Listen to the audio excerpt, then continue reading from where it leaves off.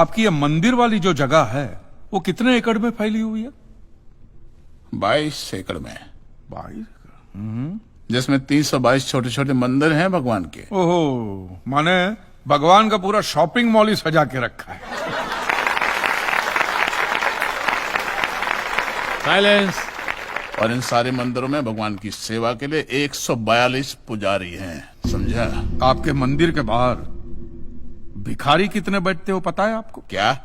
भिखारी भिखारी अंदर की 320 मूर्तियां, 142 पुजारी याद है आपको, लेकिन आप ही के मंदिर के बाहर बरसों से कितने भिखारी बैठते हो याद है आपको? मिलॉर्ड, इनके मंदिर के बाहर जो भिखारी बैठते उसमें किसी को भी मंदिर के अंदर एंट्री नहीं। अब धूप हो बारिश हो बाहर सड़ते रहने का, अंदर पैर नहीं रखने का। ना मत कहना, ये आप ही के मंदिर के पुजारी ने मुझे बताया था। उसने तो मुझे ये भी बताया था महाराज कि कांजी भाई, ये केस अगर आपको जीतना है ना भैया तो हर सोमवार को आइए।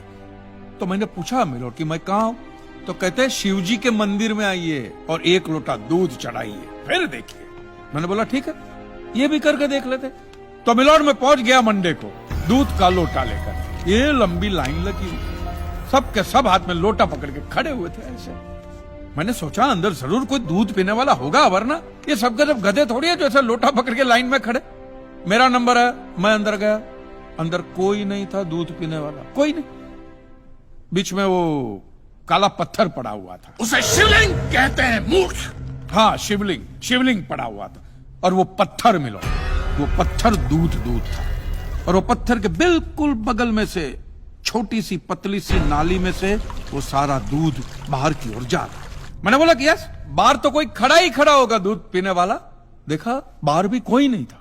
वो सारा दूध मिलो उस नाली से निकलकर बाहर गटर में जा रहा, टोटल वेस्ट। और वो गटर को लग के एक भिखारी खड़ा हुआ था, बेचारा 4-5 दिन का भूखा होगा महाराज, भूख के मारे वो कांप रहा था। उसको शायद ये दूध ही पीना था, लेकिन गटर में से कैसे? तो उस भिखारी को मैंने मेरा दूध का लोटा दे दिया और दूध पीकर उसने मुझसे क्या कहा पता है? भगवान तेरा भला करे।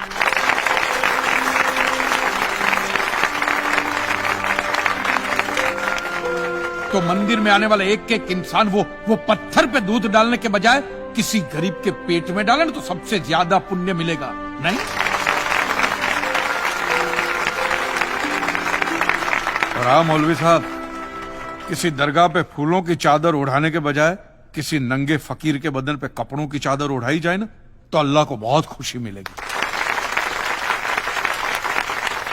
और जीसस के सामने मोमबत्तियां जलाने से अच्छा है किसी गरीब की झोंपड़ी में जलाइए, तो उसके घर में कभी अंधेरा नहीं होगा। क्यों, तुम भी भगवान को नहीं मानते क्या? अरे मैं खुद भगवान हूँ। अच्छा, तो मैं अमिताभ बच्चन हूँ। देखो कांजी, दूध, चद्दर, मोमबत्ती ये सब चढ़ाना एक प्रथा है। भगवान की पूजा अर्चना, इन सब का मूल्य तुम नहीं समझोगे क्योंकि तुम एक नास्तिक हो।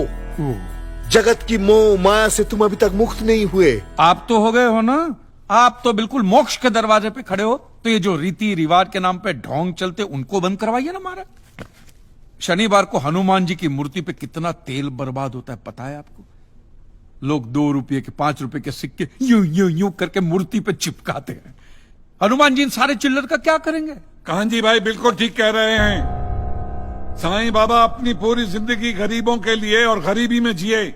जब तक वो जिंदा रहे तेल की एक एक बूंद के लिए दर बदर भटकते रहे, और आज उनके मरने के बाद उनके लिए करोड़ों का सिंहासन, सोने का मुकुट, किसके लिए बताइए महाराज। एक बात बताइए, जो भी भक्त भगवान की श्रद्धा से सच्चे दिल से भक्ति करता है उस पर तो उस परम कृपालु की कृपा दृष्टि रहती है ना? रहती है ना? आया ना?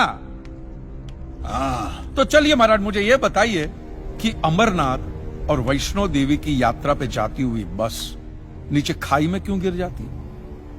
वो तो भगवान की भक्ति के लिए जा रहे थे, श्रद्धा से भजन गाते गाते जा रहे थे, तो भगवान ने डायरेक्टली उनको ऊपर बुला लिया। और आप मुझे एक गाड़ी ऐसी बताइए जिसका एक्सीडेंट हुआ हो और जिसके अंदर भगवान की मूर्ति या फोटोग्राफ ना हो। बताइए बताइए। I object my Lord. From day one ये आदमी बातों को यूं यूं गोल गोल घुमा रहा है। मिस्टर कांजी, ये कोई डिबेट नहीं है अच्छे बुरे की, ये कोर्ट है और यहां प्रूफ चलता है और हमारे पास प्रूफ है, इंश्योरेंस पेपर्स पर आपके सिग्नेचर्स। इसलिए लीगली आपको कोई हक नहीं बनता इंश्योरेंस कंपनी से पैसे मांगने और जहां तक हमारा प्रश्न है, बीमा कंपनी के नियमों को हम नहीं मानते। अगर उन्होंने लिख दिया कि भूकंप जज साहब ने करवाया है, तो क्या जज साहब पैसे देंगे? इसी तरह पॉलिसी में भगवान का नाम लिख देने से भगवान पैसे देने के लिए प्रतिबद्ध नहीं होते। अगर आप चाहते कि भगवान आपके पैसे लौटा दे तो ये प्रूफ करो कि ये भूकंप भगवान ने किया है। किया ही है ना। इन राइटिंग है, कहीं लिखा हुआ तुम्हारे पास है? Any proof? मिलॉर्ड, ये mister kanji, court of law में सिर्फ दलीलों पर फैसले नहीं होते। आपकी दलीलें, आपके आर्गुमेंट्स आम जनता के लिए कितने भी वैलिड क्यों ना हो, लेकिन अगर आप उन्हें साबित नहीं कर सकते हैं तो उनका कोई मतलब नहीं। आपके पास कोई सबूत है? No milord. In that case यह अदालत आपको 1 महीने का आखिरी मौका देती है। अगली डेट पर अगर आप सबूत नहीं पेश कर सके तो I am afraid you will have to rest your case and all others. Court is adjourned for the day. Relax. अगली बार इस कोर्ट में नजर आए ना तो माननी का ऐसा केस ठोकूंगा, पहने हुए कपड़े भी उतर जाएंगे। रिलैक्स।